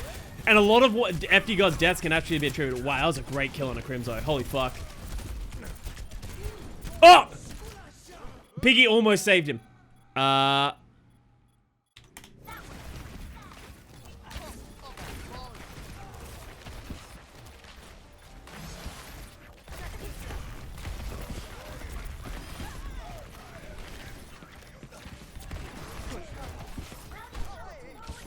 Nice play by Juby.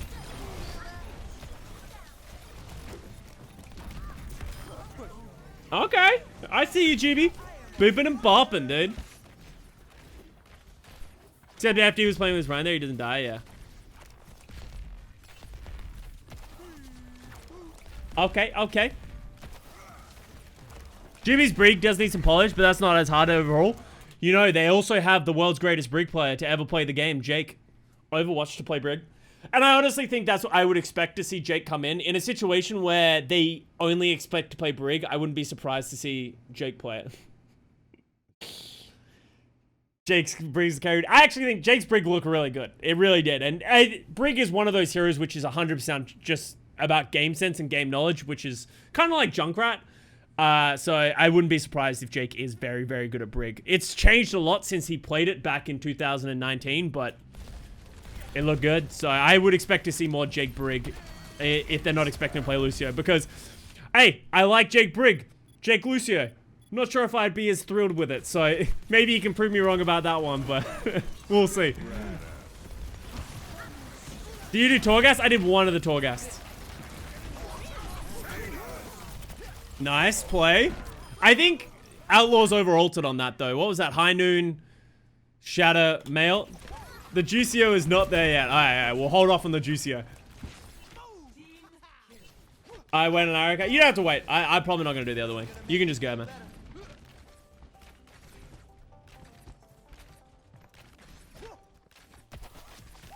Feeding div guard. Juicio is there. They got the Jupster. So let's see how they do this. They have the window and the Diva Bomb. I think they need to use both. I think they need to use both, like, now, right? But I guess if they just kill Super, that's fine. Happy just murders people. No, Chengdu Shanghai is after this series. We're going to be watching that. This will be, this whole thing will be available on the replay viewer. I'm not sure when it will be available. I thought it would be available today for everybody, but it wasn't. So. Okay.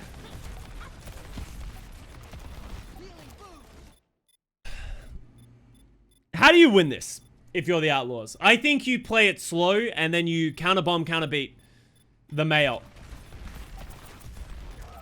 And just hope you get ults, because Happy's about to get... They can't lose cap, though. Oh, nice flash. Speed, I like it. Nice speed on the High Noon. Hey, actually, how would you guys have felt about a Diva Bomb here? This wall goes up and you just throw the Diva Bomb. Like, if they did this, went left and they threw the bomb like here, it could be sick. But it kind of feels like we're in this situation with Divas where they don't use the bomb until they feel they need to. Why bomb here? Because it would have forced so much. But I think if they throw the bomb, Nero just runs through and drops them. Actually, never mind. That would have actually been a throw. That would, never mind. This is why I'm not off tank. If he throws that bomb, Nero drops the wall, drops the Mayotte, and they all die. I guess they have the High Noon, though. But Choi has yeah, no, don't do that. Don't do that. That's an awful idea. Don't listen to me. that would actually just be the worst thing that could have happened. Well, actually, that bomb is also awful by Piggy. Custa is an hour level off tank.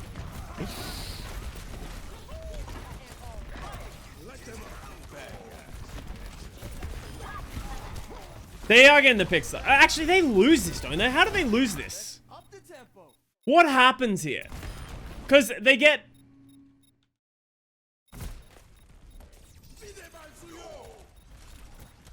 So they get the mech. But FD God... How does Piggy die to FD God? I think Piggy flies over the... Did Piggy int? Piggy? So Piggy remix. Oh, and then ints into the backline onto Striker. Yeah, I think if he was there to kill Super, they probably win this fight. Right? And then he goes back through and just dies. Yeah. Oh, and we have done... Oh, yeah, that was kind of a throw. I think they just win if they stay. Like, if they take the head-on fight, I think they win this. But because they go aggressive, they lose Piggy. They don't kill Super, and then it costs them too much. Yeah. That might have been some misplays by Piggy and Dante there. Victory. Damn. Alright. Alright. Final map. Havana. Oh. Boy. We're going to Havana. Ready for battle. Why Smurf here? So, we've seen both of the... we've seen Outlaws play this. And I think the reason that Glister isn't as well is Shock were expecting to play double shield here. Shock wanted to play double shield, and that's why they're doing this. They have the double sniper, they're playing the Orisa Sigma, and what happens is, we've seen this from a bunch of people, the Widow, the Baptiste, and the Orisa play over here, and then the Brig, Sigma, and Hanzo play over here. So you create this 3-3 split that makes it really hard for the Outlaws to walk past this individual choke, right? So this choke becomes like the death line of you can't make this cross, and we're going to see that happen. Attackers incoming. The Prophet Grey called a fuller hold. The payload.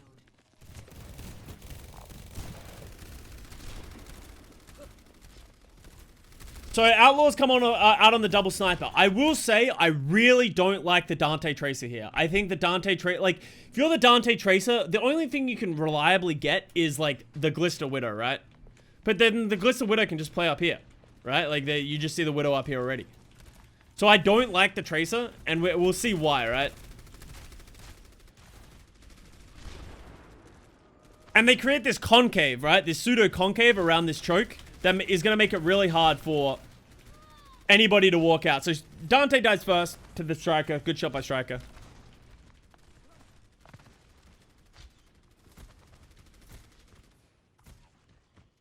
And now they have to wait, right? If Dante dies, they have to do it. And I was really expecting Dante to swap on this reset, but he doesn't.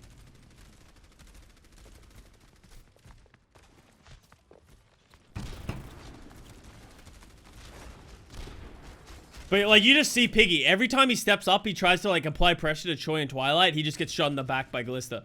Like, Glista's not even really hitting any headshots yet. Dude, that happy jump was ambitious. Get some Glista pub, actually.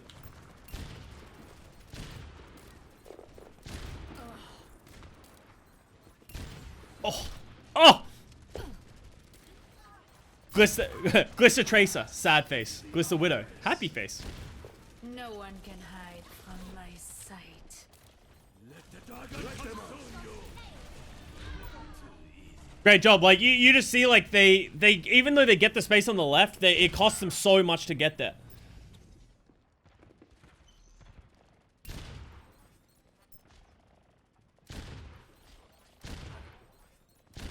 Like, this constant threat of having Glister on this off angle is really big.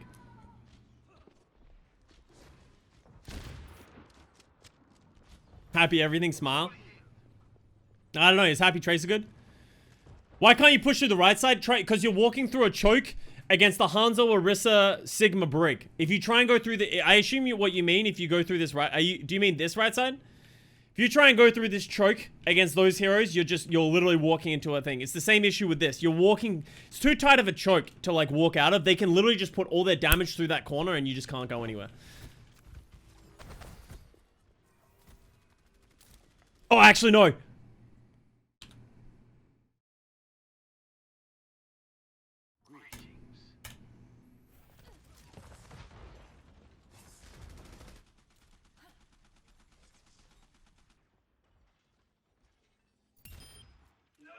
Woo-wee! Just watch that again. Oh! Yes! Doink. Clean. You love to see it. That's actually, like, it can't be understated how big that pick is. Oh.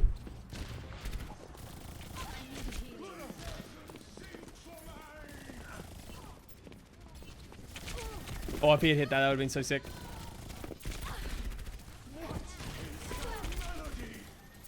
Oh, Dante, no. Oh, baby.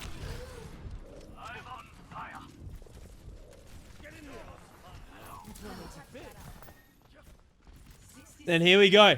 Why is Zen here to keep the orb tracer? Yeah, it's just adding extra damage. Like, because no one's diving. Like, you don't really need a Brig. Like, if you're Twilight, what are you really doing? Like, the Zen just applies more damage. You have the Discord. You can put the orb on the tracer.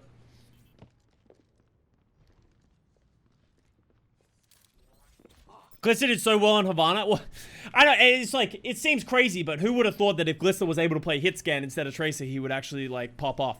Like, he's playing what he's on the roll for. It's like if they put Arns on Tracer, on Dorado. It's like, Arns' Tracer is fine, but it's, why would you ever play it? Like, they just need to play Glister exactly how they played Arns, and it'll be fine. Personne give Glista some confidence. Like, look, he doesn't miss. And like, you can just see Glista's just hurting them. They can't do anything.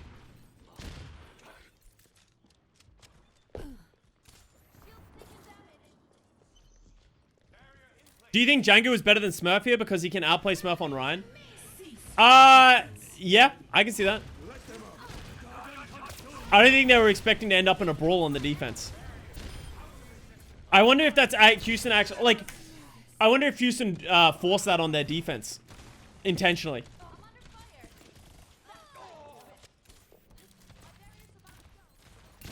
Ah!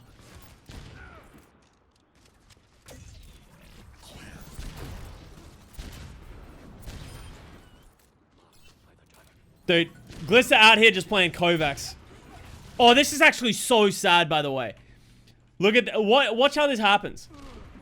Django gets Striker. Crimzo and Dante are here. Smurf is one.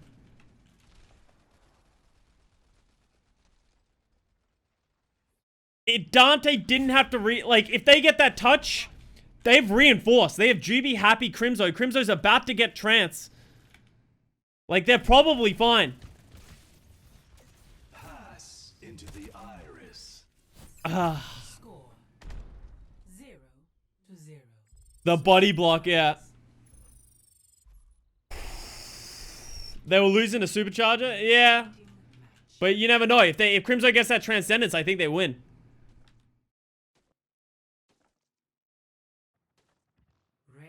No, Lucio is rough, yeah. And I think this is the weakness that you got to have when you put someone like Violet Twilight in. Is they don't have the flexibility. It's the same thing with Glista Striker. Like, it feels like when they put these subs in, they were just like, hey, we're going to be playing double shield. And then Houston Outlaws hold close with Brawl, and they were like, we have to mirror this. But they're like, Striker on May, Smurf on Ryan, no Lucio. Like, this was a recipe for disaster right here. Violet dead first again. Such a mental diff. It's just a roster diff. Like, they didn't have a good, well-rounded roster in here for this final map. Dante Pov? Alright, let me get for you.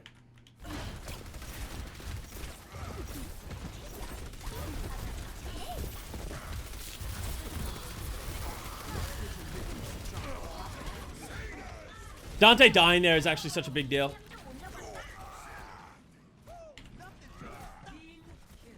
Showing the horse, I don't remember that. I think he switches pretty quickly, yeah.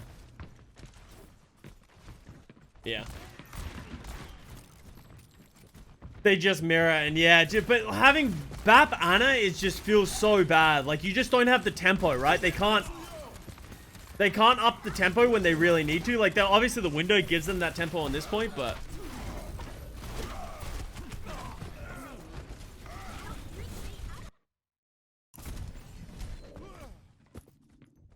Alright.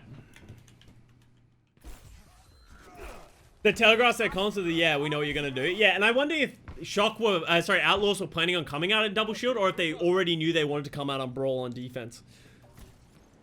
Why did Crimzo window? Yeah, and I actually talked about this one more thing. When that Crimzo needed to drop his window earlier, if he didn't get his window down before Viet, he's already lost. Like, they had already lost the fight by the time that Crimzo got his own window.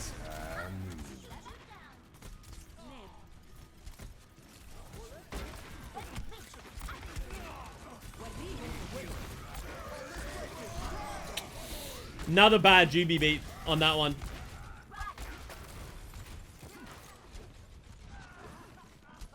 That felt really forced with the high noon. Oh, this is so bad. This is when I was like, this is over. It feels kind of weird because Shocker, like, they used 2 minutes to get here. And, like, how does Shock lose this? Like, you have to look at this. Like, how do they lose this fight?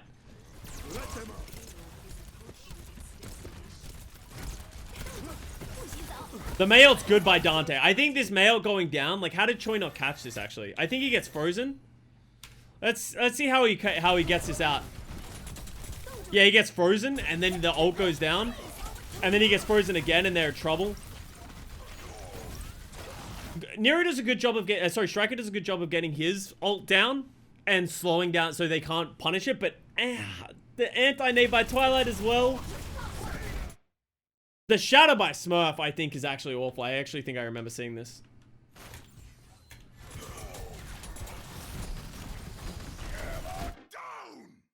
Like, that was just a wishful shatter. That's a shatter I would throw. And that's like a bit of an MTD right there. Violet dying as well. Sorry, I'm going back and forth on this. How does Violet die? Oh, that's just so sad and unfortunate. The High Noon doesn't get anything. Piggy gets Smurf. Juby gets Striker. Happy back. Oh.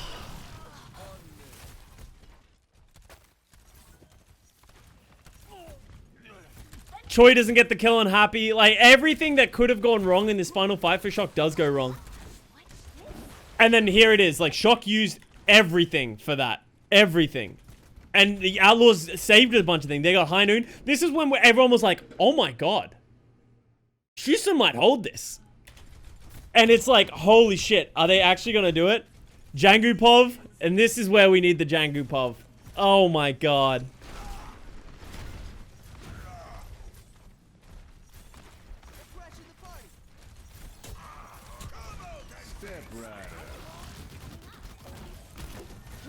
Great play with the High Noon, the speed. Forces out the only thing that they had on Choi was forcing the Diva Bomb. It's the only thing they had. Now they got the Nano on the Ryan.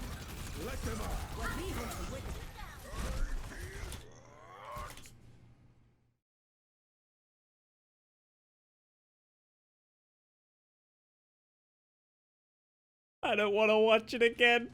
I don't want to watch it again. No! He ran into the pillar.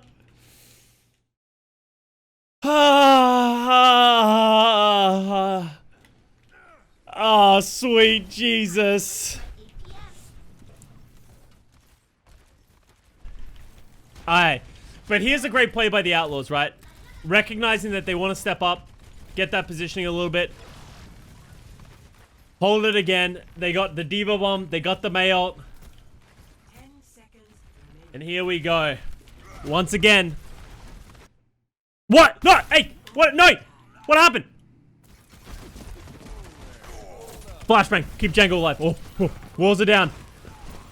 Fucking the hero we need, but we don't deserve! Do it to him! Boom! Jangu with the alpha flank shatter.